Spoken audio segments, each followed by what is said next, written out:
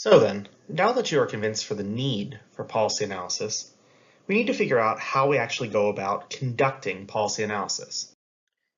In doing so, there are 5 steps to this process.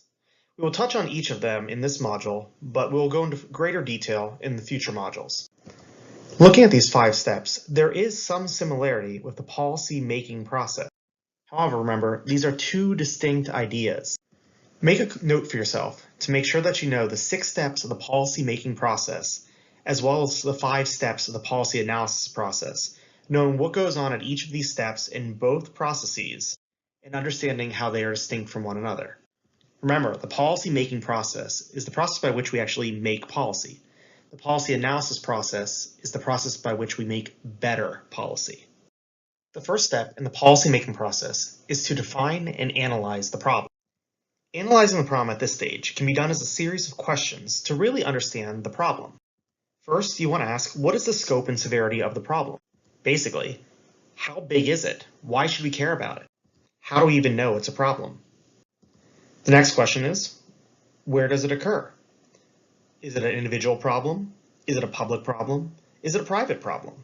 Does it occur at the local level, the state level, the federal level? Then ask, who does it affect?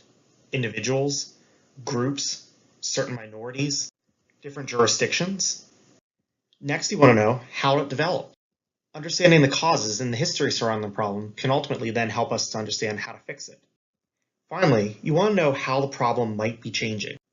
Problems do not remain static. Changes in the economy, politics, even society can affect the problem itself, ultimately then increasing the scope and severity of the problem. As we noted in the prior module, defining a problem is difficult, and as such, there's a need to be really explicit about what the problem is if we're going to try to figure out how to tackle it. As such, you want to ask and answer all of these questions. The next step in the policy analysis process is to consider constructing policy alternatives. Given that we just defined what the problem actually is, we need to think through what options are available to address it. As we noted in prior modules, remember, there are a lot of policy tools at the disposal of the American government. This is a good time to go back and review what all those tools were, things like regulations, subsidies, taxing, spending, etc., as well as a good chance to go back and review the Lowy policy typology of all these tools. While there are a lot of tools at the disposal of the government to address the problem, there are, however, only a finite number of options to actually choose from to address the problem. Once we've figured out what our policy options are to address the problem, we have to ask ourselves, how do we choose from amongst all these options? Which will be the best policy option to actually address the problem? For this, we need to develop evaluative criteria by which we can assess these policy options. Think of it this way. We need a measuring stick by which we can figure out if each policy actually measures up. As such, we ask questions like, will the policy be successful? Will it actually solve the problem? Further, we're concerned with things like the cost. And finally, will we actually be able to implement the policy?